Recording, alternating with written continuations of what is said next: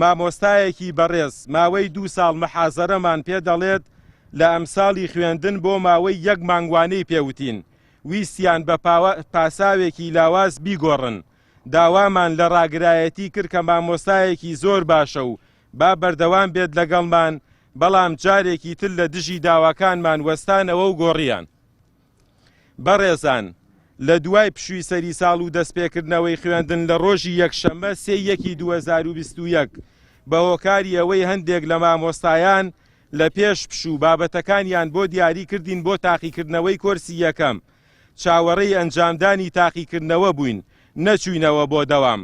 بەڵام ڕۆژی دواتر بە ئیمزای ڕاگری کۆلێژ بە فەرمانی ژمارە 250 لە ڕۆژی 4/1/2021 دەرچووە لە 3/1 تا 7/1 فەسڵ کراوین بە واژووی 27 خوێندکار لە کۆی 28 خوێندکار کە داوای هەڵوەشانەوەی فەرمانی ژمارە 250 لە ڕۆژی 4/1/2021 و چەند داوایەکی ترمان کردووە.